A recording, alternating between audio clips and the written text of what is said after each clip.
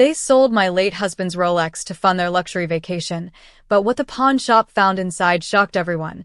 And before I open the story, I want to ask you, have you ever had one single object that meant more than gold, more than diamonds, more than life itself, because inside it lived memories, love, and the touch of someone you lost forever? Well, that was my husband's Rolex to me, and when it disappeared, I thought my heart would never recover.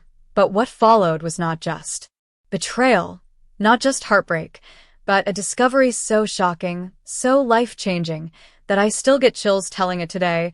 And if you believe in true love, in betrayal, in stories that rip your heart apart but heal it again with hope, then stay right here, subscribe, and listen to the very end, because this is not just a story.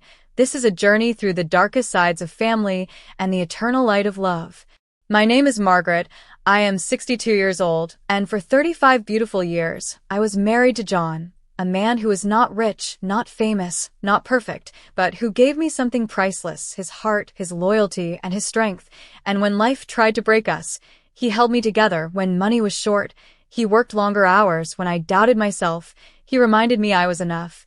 And when sickness took him too soon, he left me with only one possession: his Rolex watch, not just a timepiece, but a piece of his soul, scratched from decades of wear, still ticking with the rhythm of his heartbeat. And every night I would hold it, close my eyes, and whisper to him, because it was all I had left. Until one morning, when I opened the little wooden box where I kept it, the watch was gone, vanished, stolen, and my world collapsed, because it felt like John had died all over again. And when I turned to my son, the very child I gave my life to, the boy I sacrificed my youth and health for, he looked me in the eyes and said, "Stop whining, Mom. It's already sold. I needed that money for my trip." And in that single moment, I lost not just the watch, not just my husband's memory, but my son, too. Because betrayal from strangers hurts, but betrayal from your own blood cuts deeper than any knife. I begged him. I cried. I told him it was all I had left. But he shrugged and left me in pieces, and I sat there for hours, shaking, asking myself how love could turn into greed, how sacrifice could turn into selfishness. But something in me refused to give up. Something inside me whispered, "Fight, Margaret, fight for him, fight for John." So with trembling hands, I called the pawn shop, begged them to sell it back, and after a silence, the man on the other end said, "Ma'am, you need to come down here because you need to see what we found inside this watch." My knees buckled, my heart raced, because what could possibly be inside? Why did his voice shake?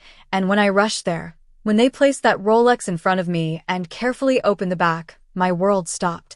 Inside was a folded, yellowed piece of paper, written in handwriting I knew better than my own, John's. And when I opened it, tears blurred my eyes as I read his words.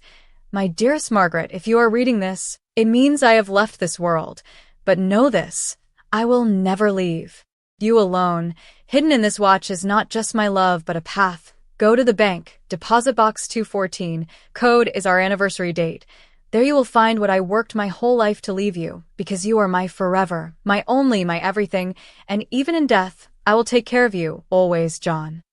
I dropped to my knees, clutching that note to my chest, sobbing like a child, because even from the grave, my husband was still protecting me, still loving me, still guiding me. And when I followed his instructions, when I went to the bank, when the clerk slid that box across to me, I opened it to find deeds, investments, savings accounts, carefully built over years, silently, in secret, because while alive he gave us his earnings, but behind the scenes he built me a future so that I would never be left vulnerable, never at the mercy of anyone.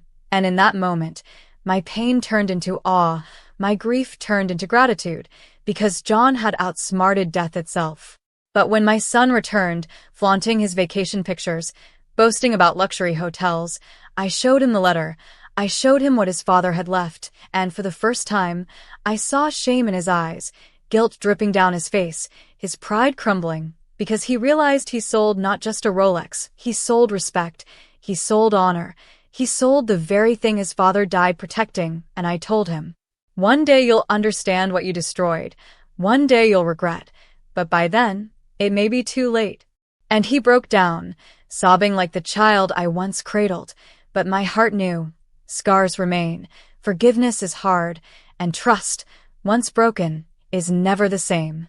And as I sit here today, holding John's note close to my chest, I have learned something that I need you to carry with you. Money fades, vacations end, possessions can be bought and sold, but love, real love, outlives death, survives betrayal, and finds its way back to you, even if it's hidden inside the smallest of places, like the back of an old Rolex watch.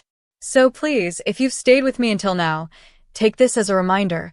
Never take loyalty for granted, never trade love for greed, because once it's gone, it may never return. And before you go, subscribe, share this story, and remember, true love will always, always leave behind proof, even when hidden in places you least expect.